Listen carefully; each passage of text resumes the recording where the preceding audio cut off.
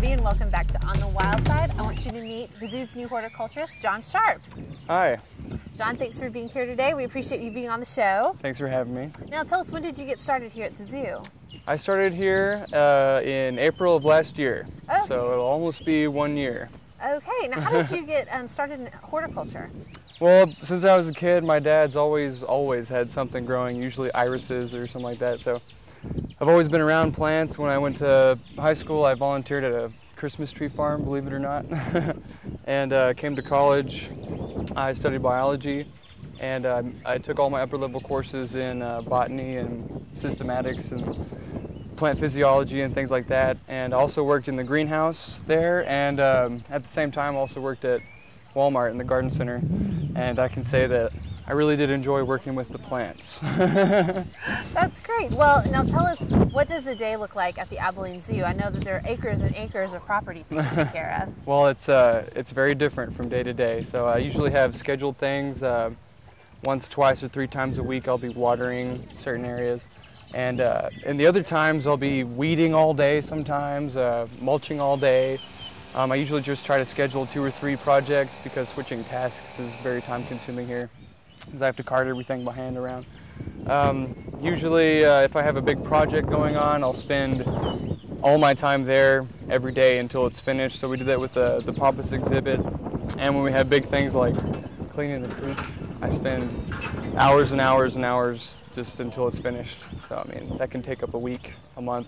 This is some hard work you're getting. Yes. Yes. Well, now Texas is known, and especially West Texas is known for their really harsh climates and conditions. Now, how do you, I mean, it looks beautiful around here, really lush and green and gorgeous, and there's things flowering. How do you go about doing that?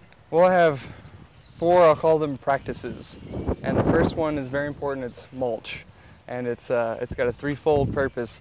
The first is it prevents water evaporation. So you're watering less. It suppresses weeds, and thirdly, since the soil never dries out, the microbes remain active, which leads me to the second practice, compost.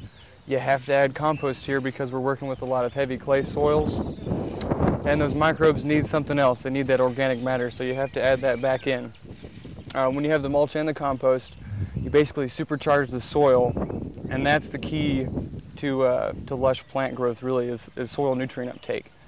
And the third one would be proper watering, because you have to water deeply and infrequently.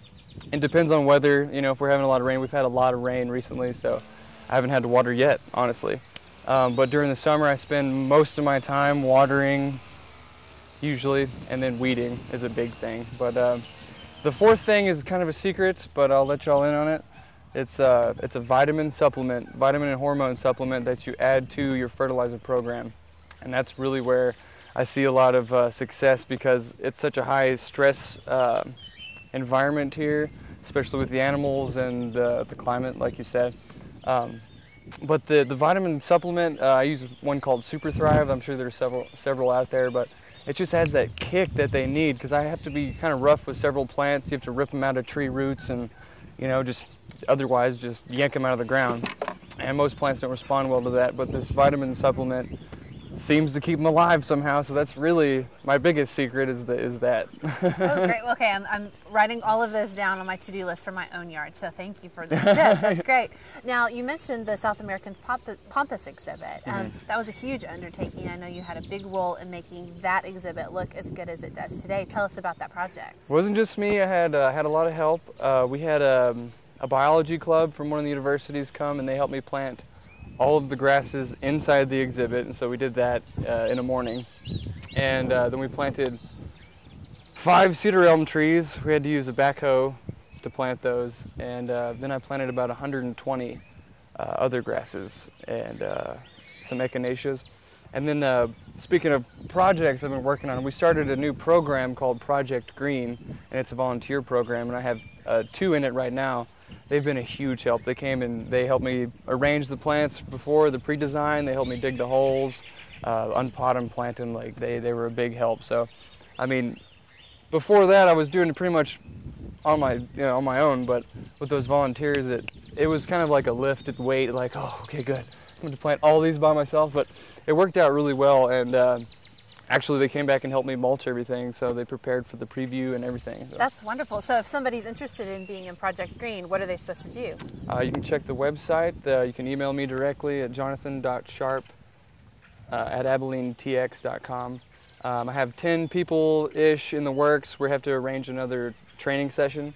It'll probably be mid-spring, late spring, whenever we get around to it. But there has been more interest than we thought. You know, there's a high decay rate for volunteers, so it's been good so far. Okay, well, wonderful program to get started on. Now, what other projects are coming up here at the zoo? The big thing coming up is the Caribbean Cove exhibit, and that'll be near the pavilion over there where the old aviaries were, and it's going to be just like another corner of paradise, man. We're going to have some caimans and lots of tropical birds, and try to recreate a tropical setting over there. Okay, well, John, thank you so much for sharing all of that with us. We really appreciate you being here. We'll have more coming up.